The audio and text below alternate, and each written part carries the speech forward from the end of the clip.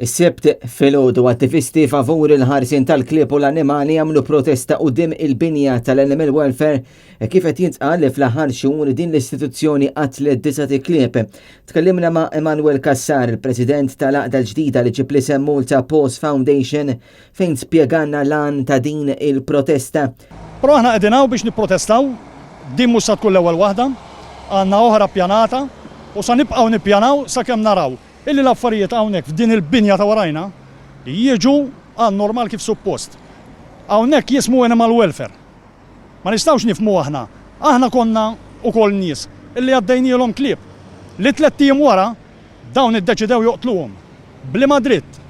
Huwa qalinna li l-mod kif qed jiġu trattati dawn il-klieb irid jieqaf mill-aktar fis u l-Animal Welfare għandhom iżommu lan ewlieni tagħhom li jħarsu lill-annimali.